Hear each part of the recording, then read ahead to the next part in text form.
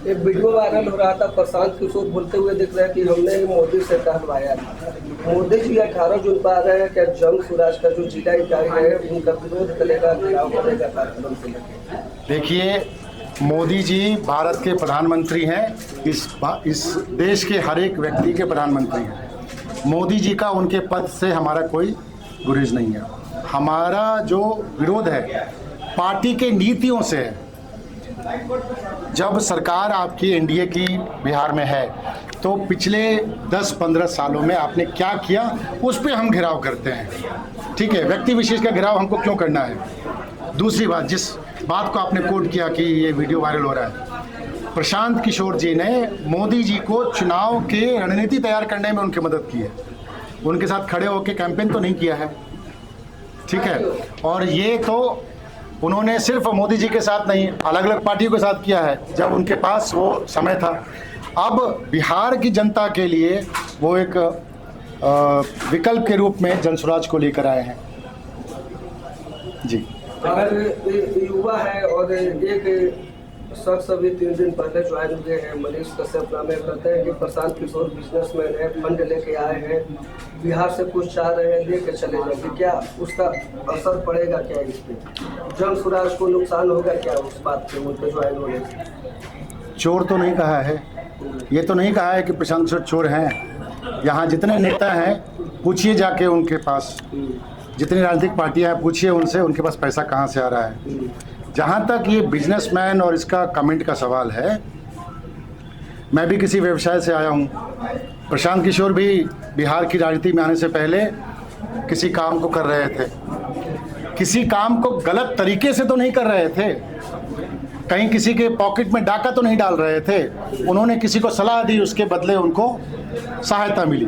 और ये सारी जो पैसों की व्यवस्था है ये तो आपके पास इंटरनेट पे खुलेआम अवेलेबल है, ये तो ब्लैक एंड वाइट में है। ये तो ईडी के पास भी जानकारी है, इनकम टैक्स के पास भी जानकारी है। आप इसको सनसनीखेज बात क्यों बताना चाह रहे हैं कि प्रशांत किशोर पहले जो है सो बिजनेस करते थे? हर किसी का अपना व्यवसाय होगा। मैं शिक्षक था, मैं उस व्यवसाय से आया हूँ। जी सर, 7 जुलाई को पटना बापू सभागार में डिजिटल अथॉरिटी मीटिंग रखी जाती है और प्रशांत सर उसमें नहीं आते हैं। मुझे पता है आप लोगों का उस बात पे बहुत गुस्सा है, लेकिन आपको उसके पीछे की पटकथा बताता हूँ। 7 तारीख को 11 बजे से जन स्वराज पार्टी की राष्ट्रीय कार्यकारिणी की बैठक हुई है। उस बैठक में कुछ ऐसे मुद्दों पर चर्चा हो रही थी जिसका सीधा सीधा असर बिहार की जनता, चुनाव और जन स्वराज के ऊपर पड़ रहा था। और ये चर्चा काफ़ी लंबी चली, जिसमें प्रशांत किशोर जी का होना बहुत आवश्यक था।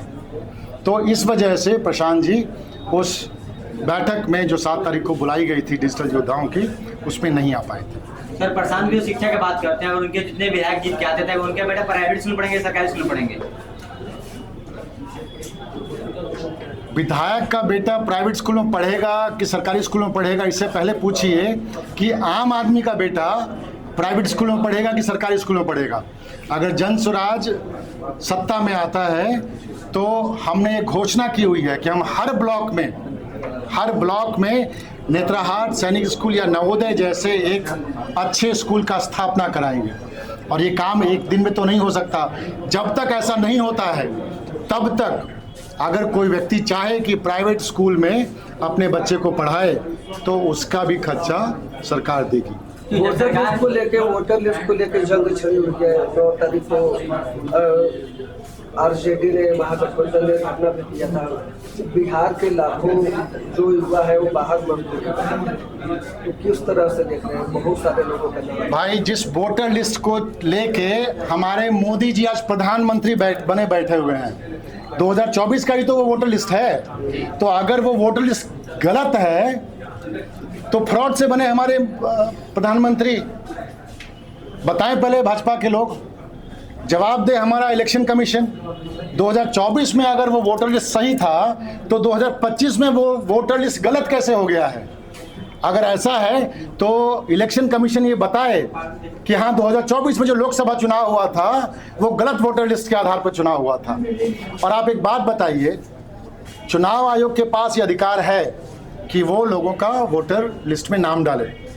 नागरिकता चेक करने का अधिकार चुनाव आयोग के पास नहीं है। मैं चुनाव आयोग के स्वायत्तता को क्वेश्चन नहीं कर रहा हूं, लेकिन उसके दायरे को क्वेश्चन कर रहा हूं। दूसरी बात, आनन फानन में देखिए, ये जो SSR की बात है, ये हर साल 1 जनवरी को होता है, हर साल 1 जनवरी को होता है।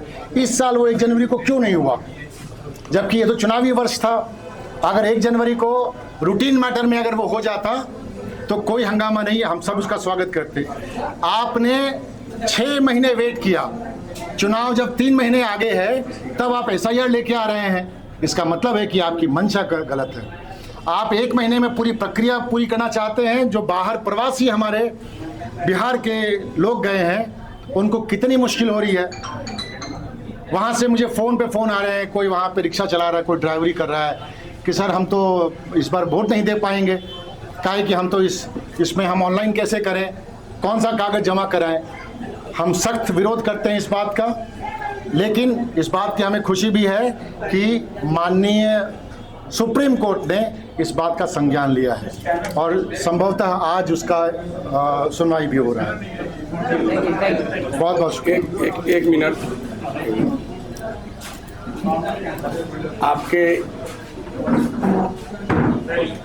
आपके चैनल के माध्यम से आप प्रेस कॉन्फ्रेंस जो हो रही है, मैं युवा प्रदेश अध्यक्ष जी का इस चंपारण की कर्मभूमि धरती पर स्वागत करते हैं। और सबसे महत्वपूर्ण बात ये बता देना चाहते हैं कि जितनी भी आप लोग प्रश्न रखे हैं हमारे अध्यक्ष जी से, उसके अलावे मेरा भाजपा सरकार से एक क्वेश्चन है।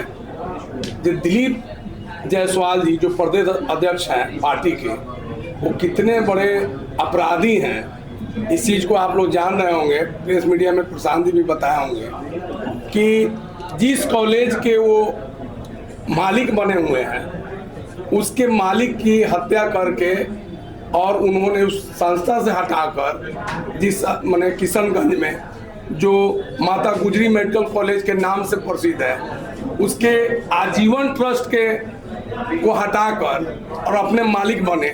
उसमें जो कार्यरत राजेश जी थे, उनकी हत्या हुई और उसमें उन्होंने कितनी बड़ी घोटाले का आयुष्मान कार्ड के माध्यम से भी किया काम। ये सबसे बड़ी महत्वपूर्ण चीज़ है। मैं आप लोग के माध्यम से बताना चाहता हूँ पूरे बिहार के जनता को, जिस सरकार के आप तुलना कर रहे हैं बीजेपी, उसके प्रदेश अध्यक्ष का ये हाल है।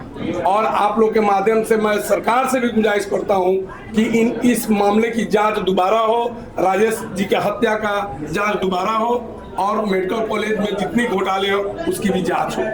आप लोग के माध्यम से मैं देना चाहता हूं सर। धन्यवाद। बहुत शुक्रिया।